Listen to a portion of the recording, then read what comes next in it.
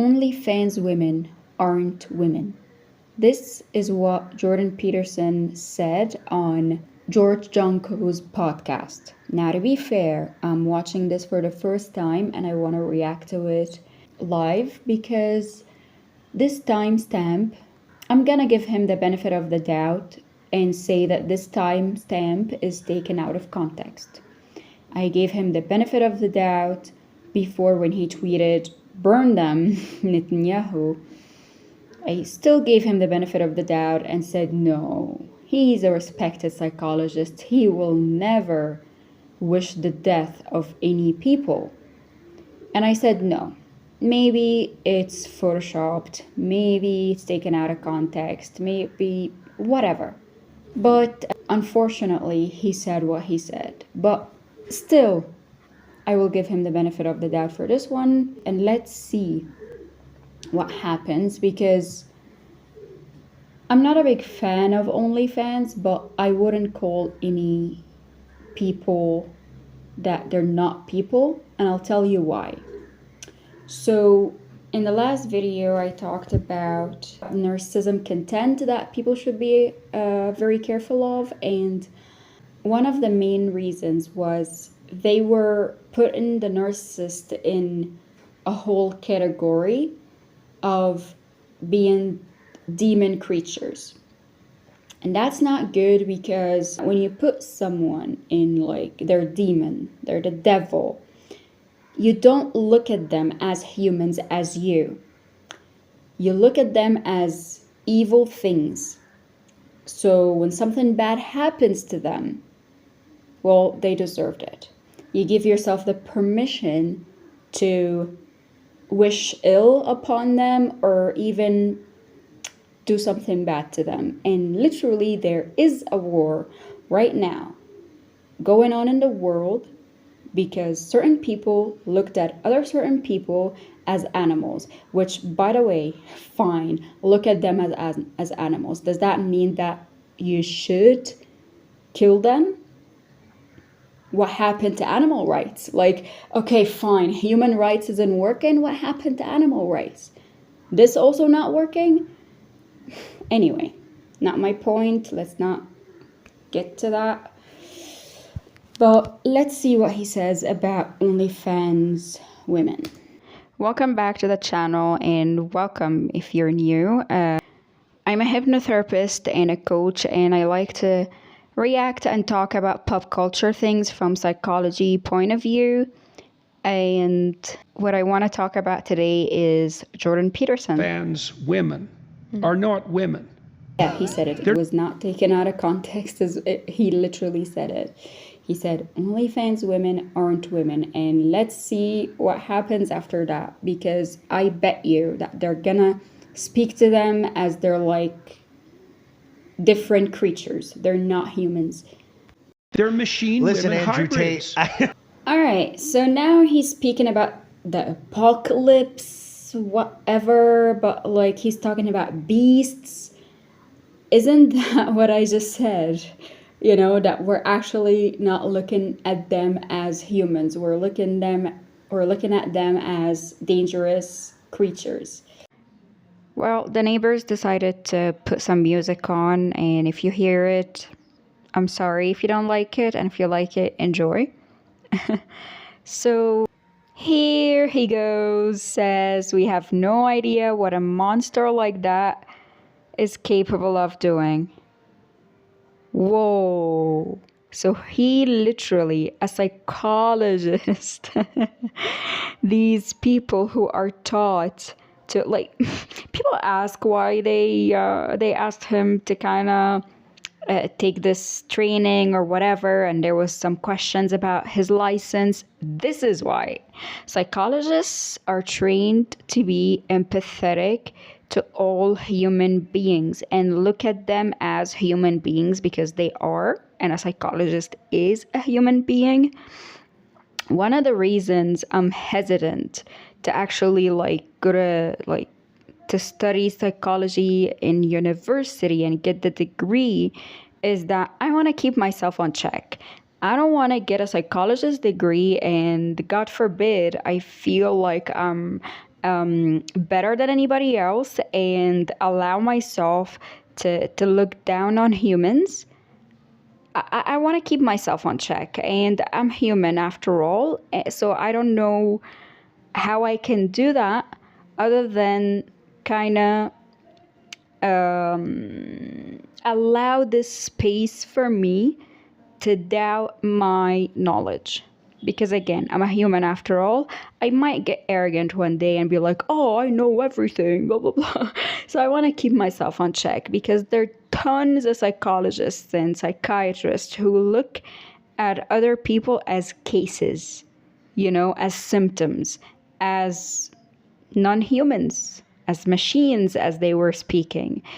This conversation is just terrible and awful, dangerous, and scary. And then George says, it's such a deep thought. No, it's not a deep thought.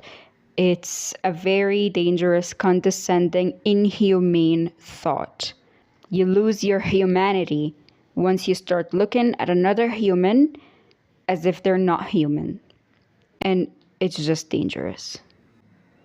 Okay, now I'm gonna move forward to what he said about the Jubilee debate. And right at the start of this video, I see in the teaser, he says something about how he has a story about this Jubilee debate, and I am calling it right now before I watch this part. I would say that he would make some kind of victimhood claim that he didn't know something, or they told him something and it was something else, or some kind of victimhood mentality. So let's see this Jubilee.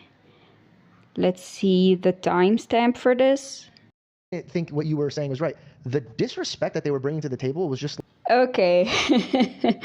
I gotta laugh at this because George says the disrespect they were bringing to the table. I'm sorry, who brought disrespect?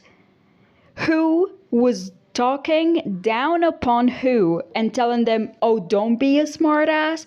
Tell me who you will talk to that way. Someone who's you look at as your equal, someone you look at as maybe more authority than you, or someone that you look down on. Who would you tell, hey, don't be a smartass? Oh. I was told that it was Jordan Peterson against 20 atheists. They were told that it was a Christian against 20 atheists. Actually, you know what? Let's go with his claim. If it was Jordan Peterson versus 20 atheists, then why were his claims are about Christianity? If it was Jordan Peterson, what is Jordan Peterson? A psychologist. He very proudly addressed himself as Dr. Jordan Peterson, right? The psychologist and everything. Then his claims should have been about his psychology work and being a speaker and all of that stuff, but his claims were about Christianity. So I doubt what he claimed. He was like, they didn't tell me blah blah blah. I doubt that. In both cases, he didn't have to talk to them the way he did. He didn't have to look down on them. And then he says that dude who told him hey, you don't know where you are and blah blah blah was disrespectful to him. He was not. He started with the disrespect when he was just challenging him a little bit, hey, just put your foot down and say what you are. But he didn't. He was just dodging the question and was like, oh, you're quite something, aren't you? Which is you don't say that to someone you look at as an equal. Again, you kind of put yourself in an authority position to cast a judgment on them. That is the only position I know of that you would tell someone like that. You're quite something, aren't you? Right? So he started the disrespect. He was angry. He's always angry. Even right now in this podcast, you look at his veins, you look at his what is this area called, like between your eyebrows, right? You have all of these angry wrinkles. He just has this angry look on his face. So you're talking with somebody in that angry look, in that angry tone. He's raising his voice, dodging the questions. Then you disrespect them, and then you're surprised he's telling you, "Oh, you're quite nothing." So far, he went on victimhood mentality, like, hey, they didn't tell me this, and they told them that, and blah blah blah. I was told It doesn't give you the permission to talk to any of them, to any human, the way that you did. And which brings me back to the first thing that we're talking about, the women, the OnlyFans women, that they're not women. I think that's how he was looking at these guys, like they were like way below him. They were like kids. They were like students, right? And he always had that teacher position. And depending on who you are as a person, you might look down on your students and like, hey, I have the authority to be disrespectful, to talk down to you, to be very condescending, and all of that. Understand that. That wasn't my understanding. Well, that was kind of scary. Look at that. That wasn't my understanding. The way he said that, he raised his voice and like the veins, and that is scary. And here is proof of his victimhood mentality right there. You know, what I always preach is, or what I always like to say is that you can understand people by just listening to what they're saying and how they're saying it. You don't have to read their body language or anything, even though it absolutely helps. Like, I would love for Spidey, the behavioral analyst, to talk about the Jordan Peterson body language, because it's a doozy. You know, I feel like maybe he doesn't talk about it because it's so easy and it's out there, but people somehow still don't see his anger for some reason. Anyway, again, back to what I was saying, just listen.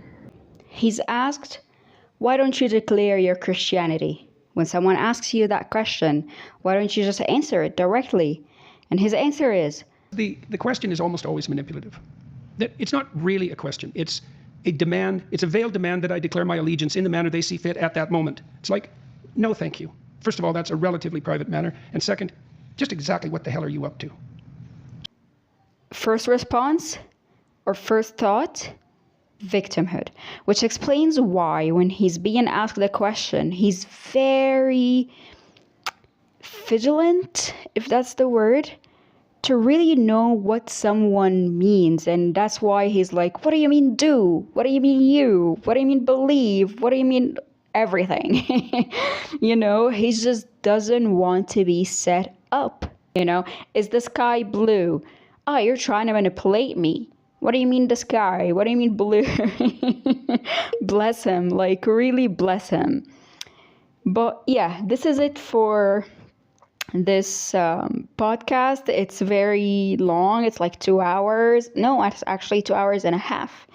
And I'm good. I'm really good. I just wanted to see those 3 ones because I was curious about his response about the Jubilee thingy, and the 2 other questions or the 2 other timestamps were very attractive to me. They kind of caught my eye. So I want to talk about them. But let me know your thoughts about this interview, about what he said, about women, Christianity, Jubilee, your thoughts of the whole Jubilee debate, and so on. So thank you so much for watching, and I'll see you in the next one.